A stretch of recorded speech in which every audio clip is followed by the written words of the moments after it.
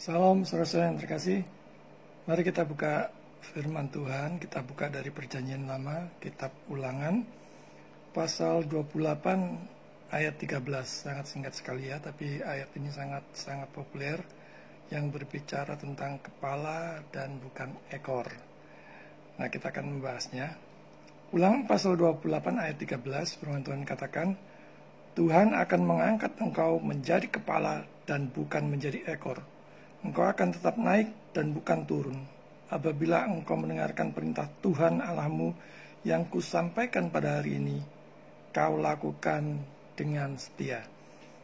Saudara yang terkasih, ini termasuk salah satu ayat favorit bagi banyak orang Kristen, bagi banyak kalangan orang Kristen ya. Ini termasuk ayat yang sangat disukai oleh banyak orang percaya, termasuk yang menjadi motivasi untuk bisa meraihnya suatu saat nanti. Pertama-tama ingat, ini adalah janji Tuhan kepada bangsa Israel di zaman Perjanjian Lama. Janji ini untuk bangsa Israel saat itu. Saat itu kita ketahui bahwa Mesias belum datang. Berkat janji penyertaan kasih Tuhan dibuktikan dengan janji-janji dan berkat-berkat. Nah, di zaman PB, Mesias sudah datang. Kasihnya dinyatakan terutama yang begitu besar adalah melalui salib Kristus, melalui pengorbanannya di kayu salib. Dialah yang memberi keselamatan, yang membawa pada jalan keselamatan bagi setiap orang yang percaya. Jadi bukan berkat-berkat jasmani itu saja. Standarnya pun sudah berubah. Ya, jadi yang dengan berkat-berkat jasmani yang begitu berlimpah menjadi kecukupan di dalam Kristus. Ya, kita tahu di dalam doa Bapa kami menyatakan, berilah kami makanan hari ini yang secukupnya. Dan kita juga tahu di dalam bagian lain Perjanjian Lama katakan, berikanlah kami yang menjadi makanan kami untuk kami nikmati. Berikanlah kami makanan yang secukupnya, roti harian kami. Jadi PL menyatakan bahwa biarkanlah kami menikmati makanan yang menjadi bagian kami. Ya, ini adalah suatu panjatan doa yang bisa kita temukan dalam PL. Jadi kita harus percaya secara keseluruhan bagian dari kitab suci, baik PL maupun PB. Dan baru kemudian bisa mengambil suatu kesimpulan supaya bagian yang satu dengan bagian yang lain itu tidak tabrakan, tidak saling bertentangan, tidak saling kontradiksi. Jadi bukan asal comot ya, bagian yang enak-enak saja, yang sesuai dengan pikirannya ataupun yang menyetujui pola pikirannya, presupposisinya. Namun percaya secara keseluruhan dari kitab suci baik PL maupun PB, baik yang memberikan berkat maupun yang menegur, baik yang memberitakan berita sukacita maupun duka cita. Jadi kita mempercayai keseluruhan kitab suci baik PL maupun PB. Mengartikan sekali lagi jangan asal comot kemudian ditelan bulat-bulat begitu saja ya, dan menganggap bahwa semua orang percaya harus mengalaminya sesuai dengan janji itu. Jadi kita mesti harus teliti janji itu untuk siapa, kapan, kemudian masa berlakunya apakah juga bisa diberlakukan pada masa sekarang. Supaya dalam mengartikan bagian tersebut tidak bertentangan baik PL maupun PB. Jadi waspada terhadap doa-doa permohonan yang sifatnya egois, yang ditujukan ke diri sendiri, egosentris, yang hanya memilih ayat-ayat tertentu untuk mendukung tujuan dan pandangan pribadinya tanpa membandingkan dengan ayat-ayat lain dari keseluruhan kitab suci untuk memastikan apakah pandangannya itu sesuai dengan keseluruhan kitab suci atau tidak. Jadi kalau tidak sesuai atau bahkan bertentangan dan kontradiksi satu dengan yang lainnya, kita harus berhati-hati. Kita harus meminta hikmat kepada Roh Kudus untuk dibuat mengerti supaya artinya itu tidak bertabrakan, supaya harmonis baik PL maupun PB. Dan kalau di dalam pandangan kita, dalam presupposisi kita, kita dapati ternyata baik PL maupun PP artinya tidak bisa diartikan demikian, maka kita harus tunduk pada kebenaran kitab suci, bukan semaunya sendiri. Pikiranku seperti ini, aku maunya seperti ini. Tidak ya, tapi kita tunduk, baik hati maupun pikiran kita, bahkan sikap kita hormat terhadap otoritas kitab suci. Jadi sekali lagi jangan mengarahkan semuanya itu yang hanya untuk memenuhi keinginan egois diri sendiri. Kita lihat bahwa Israel akan menerima berkat jika mereka mematuhi hukuman dan ajaran Tuhan dan tidak menyembah ilah lain. Jadi mereka akan menerima kutuk jika tidak taat. Dan ini bukan main-main ya. Artinya kalau kita membaca kitab suci, jangan melihat oh itu kan zaman dulu. Belum tentu berlaku pada zaman sekarang. Saudara-saudara, standar kebenaran kita adalah kitab suci, firman Tuhan. Maka kita harus tunduk, hormat, patuh. Apapun yang ada di dalam kitab suci. Dan kalau kita belum mengerti bagian yang sulit, yang sukar dari kitab suci, kita bisa berdoa, bisa memohon Roh Kudus untuk menyingkapkan kita, menyingkapkan pengertian kita yang lama, supaya dibukakan dengan pengertian yang baru, yang benar, yang sesuai dengan kitab suci, baik arti dari PL maupun PP. Nah ini menarik ya, mengangkat menjadi kepala dan bukan ekor wain. Kalau orang sudah keranjingan berkat gitu ya, tergila-gila dengan berkat, bagian-bagian yang seperti ini itu sangat-sangat nikmat ya. Wah terus digali gitu ya, karena beritanya enak saudara-saudara. Sekarang mari kita renungkan dengan hati nurani kita yang jernih ya, yang tunduk pada firman Tuhan. Renungkan ya, kalau semua orang ingin menjadi kepala, siapa yang menjadi ekornya saudara-saudara? Kalau semua ingin menjadi atasan, lantas siapa yang akan menjadi bawahan? Akan memimpin siapa? Siapa akan memimpin siapa? Bukan repot ya. Menempati posisi dimanapun sebenarnya tidak masalah. Kalau saudara yakin itu adalah ketetapan Tuhan yang sempurna.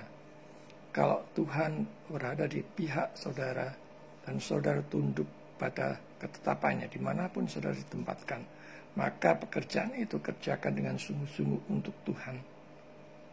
Semua dikerjakan bersama-sama untuk mendatangkan kebaikan bagi setiap orang percaya. Jadi ini janji kita, janji Allah berlaku buat setiap orang percaya. Dan janji itu sebagai orang percaya kita harus pegang teguh. Baik itu kita di bawah ataupun sebagai atasan, baik itu kita sebagai ekor ataupun menjadi kepala, kita percaya bahwa semuanya itu dikerjakan bersama-sama untuk mendatangkan kebaikan bagi kita yang percaya pada Tuhan. Karena rancangannya itu sempurna saudara-saudara. Jadi untuk apa lagi yang kita takutkan, kita khawatirkan, kita cemaskan gitu, begitu. Saudara yang menempati jabatan rendah, ya jangan berkecil hati, sebab Tuhan tetap memelihara saudara. Saudara yang mungkin saat ini menjadi kepala, juga demikian, jangan semena-mena. Sebab Tuhan melihat semua bagaimana saudara bersikap dan mempekerjakan anak-anak Tuhan sebagai bawahan saudara. Jadi Tuhan tahu jelas apa motivasi saudara, bagaimana saudara memperlakukannya. Termasuk juga yang bawaan bagaimana saudara bekerja, apakah asal-asalan atau giat, apakah hanya semata-mata supaya naik pangkat, ataukah untuk memuliakan Tuhan. Tuhan memang tidak kelihatannya, tapi kita percaya bahwa Dia melihat segala sesuatunya, bahkan sampai detail relung hati kita yang paling dalam, termasuk motivasi kita, apa yang kita pikirkan Dia tahu saudara-saudara. Kemudian yang kedua ini menarik ya, naik dan bukan turun. Naik turun, ya kalau kita naik terus ya, jangan sampai kita lupa daratan ya. Kalau jatuh sakit saudara-saudara. Kalau kita naik terus ya sampai kemudian itu top, wah kalau jatuh ibaratnya ini pesawat ya, naik di ketinggian tertentu, sampai akhirnya engine-nya tidak mampu. Kalau drop tidak mampu lagi, jatuhnya sakit saudara. Ya, kalau kecelakaan katakanlah di bawah di atas 30.000 ya, 30.000 meter, bayangkan, bisa bayangkan. Jadi jangan sampai lupa daratan. Yang turun pun juga jangan terlalu sedih, sebab Allah yang Maha Kuasa Mahal segalanya itu bisa merubah segalanya. Ataupun bahkan sebaliknya, memindah jadi dari ekor menjadi kepala. Dari kepala karena berbuat kesalahan, korupsi atau apapun, berbuat kejahatan terhadap suatu organisasi ataupun perusahaan, akhirnya menjadi ekor, dihukum. Kalau naik juga jangan lupa diri. Kalau turun jangan kecewa atau marah kepada Tuhan. Tapi bersyukurlah dalam segala kondisi, apapun itu yang saudara kerjakan, bersyukurlah. Kondisi apapun yang saudara terima, bersyukurlah. Mintalah kekuatan Tuhan untuk selalu bisa bersyukur dalam segala kondisi. Sebab ini tidak mudah. Kalau di dalam kondisi yang enak saja, sebagai kepala saja, ya mungkin tidak terlalu sulit ya. Tapi bagaimana kalau di bawah? Nah, kalau kita mengandalkan kekuatan kita sendiri, mungkin kita tidak mampu, saudara. Kita hanya mampu melewatinya kalau Tuhan beserta, kalau Tuhan menguatkan kita. Nah, ini juga berbicara tentang berkat dan kutukan. Dua kata di sini yaitu berkat dan kutukan adalah hal nyata yang memiliki efek yang nyata. Ya. Jadi itu hal yang sungguh-sungguh nyata, sungguh-sungguh real, tapi juga memiliki efek yang nyata. Berkat-berkat di sini diletakkan di depan kutukan. Kepala, ekor. Ya. Menunjukkan bahwa Tuhan itu lambat untuk marah, tetapi cepat untuk menunjukkan belas kasihan. Jadi oleh karena itu kita bisa bersandar kepada Tuhan, mohon belas kasihannya, khususnya di tengah-tengah pandemi ini. Kalau kita sekalian, saudara-saudara bisa terlewat dari masa-masa pandemi ini, itu hanya semata-mata karena belas kasihan Tuhan. Karena cinta kasih Tuhan yang begitu besar atas diri kita. Karena itu, gunakan waktu yang ada untuk memuliakan Tuhan. Jangan terpaku dengan hal-hal duniawi yang mungkin saudara nikmati saat ini. Jadi berkat-berkat di sini sekali lagi diletakkan di depan kutukan, menunjukkan bahwa Tuhan itu lambat untuk marah, tapi cepat untuk menunjukkan belas kasihan Tuhan. Saudara memohon belas kasihan Tuhan hari lepas hari, yakinlah bahwa Dia adalah Allah yang penuh kasih, dan itu sudah dibuktikan kasihnya yang begitu besar melalui kayu salib. Kesenangannya itu adalah untuk memberkati. Berkat itu dijanjikan dengan syarat mereka rajin mendengarkan suara Tuhan, rajin menggali firman Tuhan, dan sebagainya. Pemeliharaan Allah akan memberi damai sejahtera. Jadi damai sejahtera itu hanya ada di dalam Kristus, di dalam Juru Selamat, di dalam Allah. Jadi kalau saudara ada di luar daripada Yesus atau Juru Selamat, maka saudara akan berada di bawah kutuk Allah. Saudara tidak akan merasakan damai. Saudara hanya merasakan damai secara semu, mungkin sementara. Tapi di dalam Kristus saudara memiliki damai yang luar biasa, karena saudara sudah begitu percaya. Saudara diselamatkan bersama Kristus di surga hari itu juga, sekalipun kemah kita di bumi ini belum dibongkar. Kemudian ini juga menunjukkan kekuatan, martabat, dan keunggulan ya. Menunjukkan kepemilikan, kekuatan independen, dan martabat yang begitu besar, dan sekaligus mengakui keunggulan, ya khususnya keunggulan dari bangsa pilihan, ya bangsa Israel sebagai umat pilihan Tuhan. Mempunyai kekuatan yang ditakuti oleh bangsa-bangsa lain. Ya kita lihat sekarang meskipun dikepung oleh begitu banyak bangsa Arab, kekuatan mereka begitu ditakuti dan diakui. Dan ini telah terbukti bahwa bangsa Israel adalah bangsa yang unggul, dengan kekuatan yang ditakuti dan diperhitungkan semua lawannya, dan mempunyai martabat yang tinggi di mata bangsa-bangsa lain di seluruh dunia ini. Jadi kalau saudara renungkan, saudara lihat dimanapun, saudara bisa mencari di Google. Di antara para penerima hadiah-hadiah Nobel selalu ada orang dari keturunan Yahudi. Dan itu menunjukkan keunggulan bangsa pilihan ini, saudara-saudara. Untuk kasus pandemi COVID-19 ini ya, kalau sekarang ada varian baru Delta yang begitu mengganas di Indonesia ya, ini pun Israel adalah termasuk bangsa yang terbaik dalam menangani dengan baik seluruh korban yang paling sedikit. Juga ada korban, tapi paling sedikit ya. Jadi sekali lagi ini menunjukkan martabat, kehormatan, dan keistimewaannya mereka. Kepala semua orang yang berkuasa atau setidaknya dalam martabat dan hak-hak istimewa, bahkan mereka yang tidak ada di bawah otoritasmu akan menghormati kebesaran dan keagunganmu. Kalau saudara di dalam Kristus, di dalam Juru Selamat, pencipta langit dan bumi ini, maka saudara aman bersama Juru Selamat.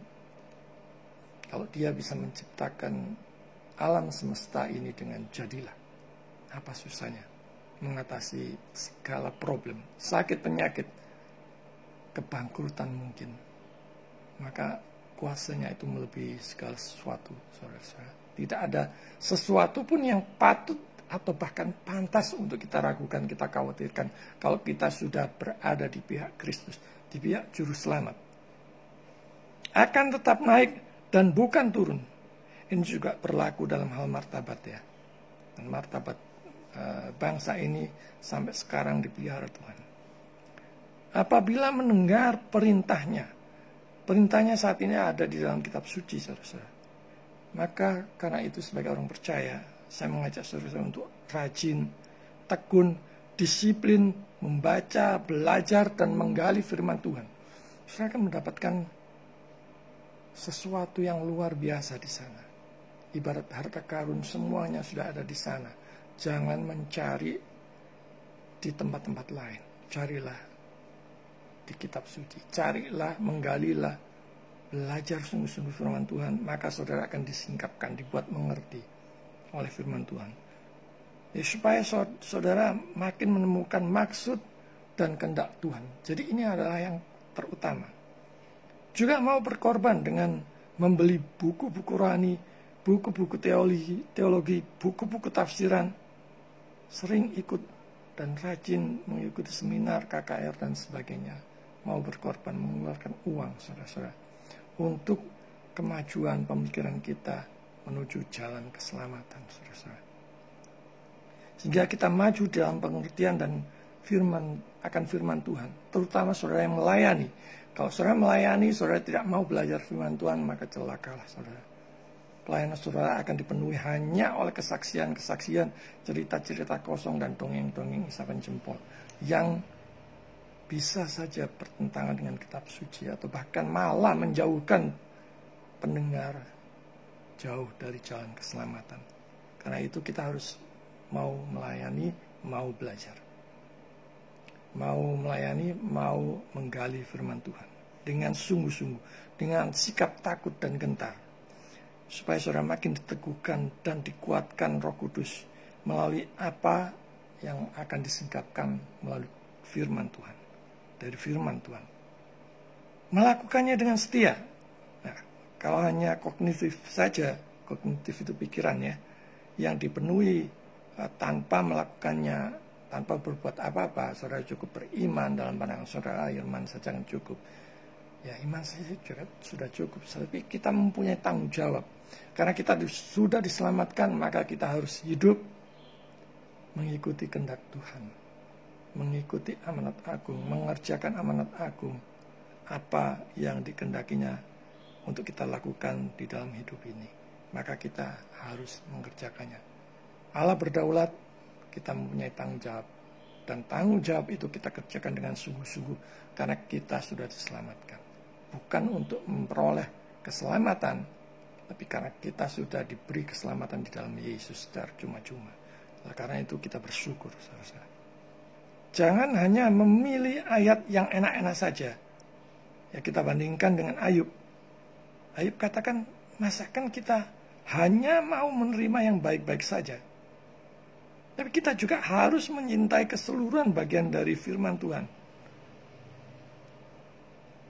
Baik itu teguran ataupun penghiburan, baik itu berkat ataupun yang mengutuk orang-orang yang tidak taat kepada dia, yang menolak dia, yang menolak Injil, yang melecehkan Tuhan, yang melecehkan Juru Selamat. Baik yang enak maupun yang pahit, baik yang menghibur maupun yang menegur dengan keras, saudara berhasil ataupun mengalami kemenangan hanya jika Tuhan berkenan. Hanya jika ada campur tangan dan Tuhan memberkatinya. Serajin apapun kita, setekun apapun kita, kalau Tuhan tidak memberkati, sia-sialah. Karena itu kita harus bersandar kepada Tuhan dan mengandalkan Dia saja. Kita memang diberi hak untuk berani meminta kepada Allah. Tetapi permintaan yang tidak egois, yang hanya untuk diri sendiri. Jadi permintaan itu kita arahkan untuk memuliakan Tuhan. Apapun itu, baik dengan motivasi yang benar, yang semata-mata karena cinta Tuhan. Saudara bisa membandingkan doa Yesus yang tetap harus minum cawan doa. Melalui doa-doanya, harus melalui cawan. Cawan itu harus diminum. Karena memang itu ketetapannya. Dia turut, dia setia. Sebagaimana dia mengajarkan kita doa supaya Tuhan memberikan makanan kita yang secukupnya. Sehingga kita bisa hari lepas hari bersandar kepada Dia. Sekali lagi saudara-saudara, kalau semua ingin jadi kepala, siapa yang akan menjadi ekor? Kalau semua ingin jadi kepala, siapa yang akan jadi anak buahnya? Saudara akan memimpin, akan memerintah siapa? Kalau saudara tidak mempunyai anak buah, kalau semua ingin menjadi kepala. Bandingkan dengan kitab suci yang lain. Mengajarkan kepada kita untuk supaya Tuhan memberikan roti harian kepada kami. Makanan kami yang secukupnya. Dan kita ingat juga Salomo hanya meminta hikmat. Tetapi dia diberi lebih. Yusuf menjadi wali negeri, tapi pernah dibuang ke sumur dan dipenjara. Jangan lupa itu saudara-saudara. Dan proses itu adalah untuk kebaikan. Sekali lagi untuk kebaikan kita orang-orang yang percaya kepada Tuhan. Kita harus memegang janji Tuhan. Jadi doa diarahkan untuk memuliakan Tuhan, bukan untuk memuaskan hasrat keinginan diri sendiri yang sifatnya egois. Jadi tidak hanya menerima yang baik saja, tapi menerima yang buruk juga. Bersyukur dalam kondisi apapun. Ya. Kalau di zaman PL kita harus ingat bahwa salib Kristus belum terjadi, saudara-saudara. Mesias belum muncul. Maka kasih Allah bisa saja dinyatakan di dalam bentuk berkat-berkat yang melimpah kepada Abraham, Salomo, Yusuf, dan sebagainya. Tapi zaman PB, kasihnya yang terbesar sudah dinyatakan dengan salib Kristus. Maka standarnya adalah berkat-berkatnya dinyatakan dengan secukupnya. Kalau asal ada sandang, pangan, dan papan, itu sudah cukup, saudara-saudara. Kalau saudara menginginkan lebih, hati-hati jatuh dalam nafsu kita. Mungkin akan korupsi, mungkin akan berbuat kejahatan, dan sebagainya. Bandingkan dengan kata-kata Yesus, di mana hartamu berada, disitulah hatimu berada. Jadi berkat-berkat itu bukan untuk pribadi yang dinikmati secara egois, tapi juga untuk memuliakan Tuhan dan menolong sesama. Jadi sekali lagi kita mesti tunduk, taat, setia sampai akhir. Banyak yang ingin langsung enak, langsung jadi kepala, jadi ekor. Mau hasilnya, nggak mau prosesnya. Apalagi kalau prosesnya itu menyakitkannya. Ingin proses yang instan dengan cepat, tapi enggan melalui prosesnya. Hasilnya pengen cepat. Di dalam Kristus, sekali lagi ada keselamatan.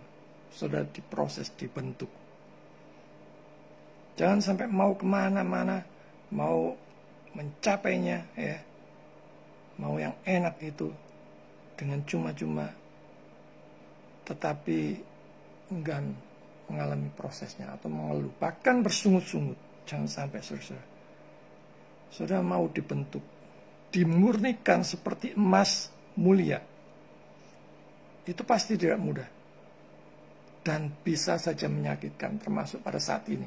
Pada saat pandemik seperti ini. Begitu banyak mungkin kita mendengar berita-berita orang yang kehilangan orang-orang yang dikasihinya, anaknya, istrinya, keluarga besarnya, dan sebagainya. Itu juga untuk kebaikan bagi kita, orang-orang percaya. Sekalipun kita tidak tahu apa kebaikan Tuhan saat ini, kelak kita akan tahu. Dan kalau kita kuat bertahan di dalam Tuhan yang memberikan kita kekuatan, atau kita bisa lewat melalui masa-masa sukar ini, bersyukurlah. Karena itu adalah dari Tuhan sendiri yang menguatkan kita. Kalau kita mengandalkan kemampuan kita sendiri, kekuatan kita tidak akan mampu. Kita akan gagal, saudara-saudara. Sekali lagi, kalau kita bisa bertahan di dalam Tuhan yang memberi kita kekuatan, kita bisa melewati segala sesuatunya, dan kelak menerima mahkota kehidupan yang mulia bersama Tuhan di sorga. Kita akan mendapatkan menemui sukacita yang sejati bersama dengan Juru Selamat di sorga. Tuhan memberkati.